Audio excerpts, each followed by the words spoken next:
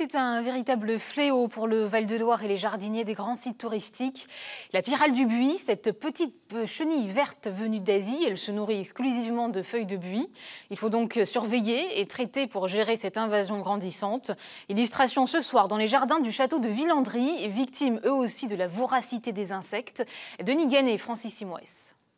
C'est encore acceptable ça, enfin, c'est acceptable. Triste constat de l'invasion de la pyrale, qui fait autant de dégâts dans les buis. Une petite chenille asiatique qui envahit la France depuis 2007.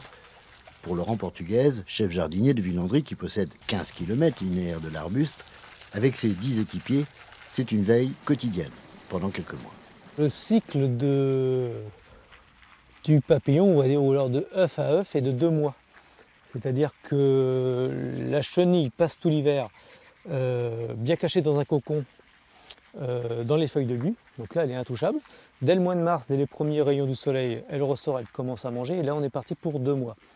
Donc sur un cycle de 2 mois, donc pour aller un mois, 3-4 semaines stade de chenille, elle repasse en papillon, accouplement, reponte et on repart. Donc voilà, de mars à septembre, octobre, on est soumis à la pression de cette chenille. La voici cette pyrale, particulièrement vorace, et quand elles sont nombreuses dans un arbuste, elles peuvent dévorer l'ensemble du feuillage en 48 heures. Beaucoup de fausses bonnes idées pour les supprimer. À Villandry, on a fait un choix plutôt efficace, car le buis, c'est 80% des structures végétales des célèbres jardins. On a de la présence partout, donc voilà, à nous d'être vraiment vigilants et de limiter la prolifération de cette chenille par l'utilisation d'un produit utilisable en agriculture biologique. Donc c'est sous la forme d'une poudre, c'est une bactérie que l'on pulvérise sur le buis. La chenille ingère cette bactérie en mangeant les feuilles et cette bactérie a un effet coupe-faim sur la chenille, donc elle meurt au bout de 24-48 heures.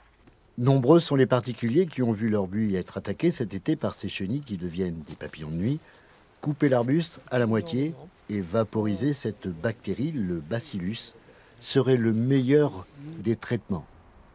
Mais en 2017, seules la Bretagne et la Normandie sont plus ou moins épargnées, le sud de la France étant particulièrement touché.